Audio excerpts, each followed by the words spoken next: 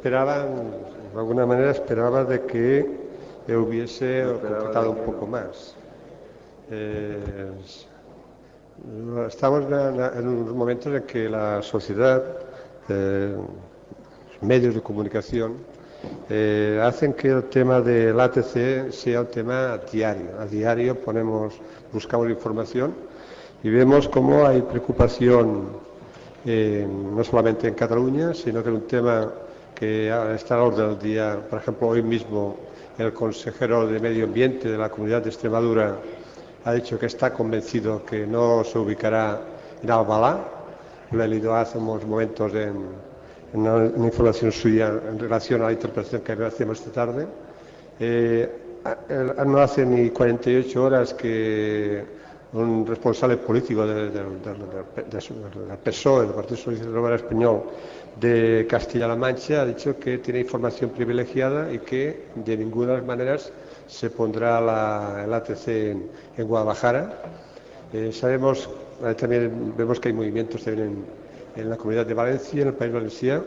Es un tema de que cada día se habla de diferentes perspectivas, puntos de vista, y como es un tema suficientemente importante para el Gobierno, porque hay unos compromisos contraídos desde hace 5 años de que se tiene que buscar un sitio para instalar la ATC. La pregunta era cómo estaba el calendario, porque hasta ahora se hablaba del mes de junio, pero ahora con este nuevo pacto de Estado, con todas estas consultas previas que tienen que hacer las comunidades autónomas, a los partidos políticos, se tiene que hacer. Hemos visto que Greenpeace ha hecho una nota, ayer salió una nota que también se presentaba y le daban la razón en cuanto a tener conocimiento al informe de la Comisión Interministerial sobre las ubicaciones previstas, etcétera, etcétera. Yo esperaba que hubiese concretado, pues será en el mes de octubre, será en el mes de diciembre, será en el febrero del año que viene, no sé, algún tipo de calendario, porque yo estoy por conocimiento de muchos municipios que se han planteado candidatos en estos momentos, y ellos mismos hablan de ansiedad, porque los que se han presentado y se tiene que felicitar, se han felicitado porque están convencidos que para su municipio es la mejor instalación que puede haber, pero también están sufriendo una presión que, lógicamente, incluso para ellos sería importante que se supiese la situación, porque el año que viene habrá municipales por medio, elecciones municipales. Claro, muchos alcaldes se pueden encontrar más quemados o menos quemados, pero en función de cómo está la situación en su territorio.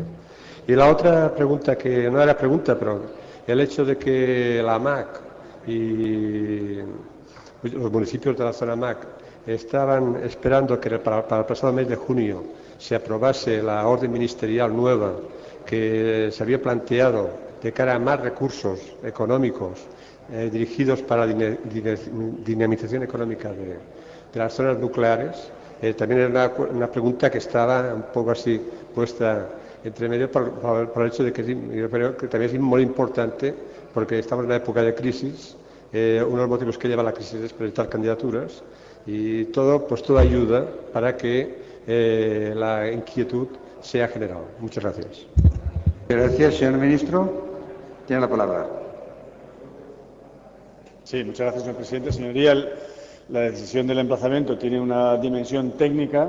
Yo creo que la parte técnica está prácticamente terminada. Se tiene que reunir la comisión interministerial para dar la valoración técnica de todos los municipios candidatos, de los 8 municipios, con unos criterios estrictamente técnicos de seguridad, de logística, de buena comunicación en el transporte, de impacto económico y social. Evidentemente, una zona que esté deprimida, poner ahí el ATC supone un impulso económico y social que también hay que valorarlo. Por tanto, la parte técnica yo creo que está prácticamente concluida, pero como bien he dicho en la intervención, el consenso, la búsqueda del consenso ha sido siempre un valor para este Gobierno, porque es una decisión importante no para el Gobierno, sino para España, y así lo ha hecho repetidas veces el Parlamento y todos los foros que han abordado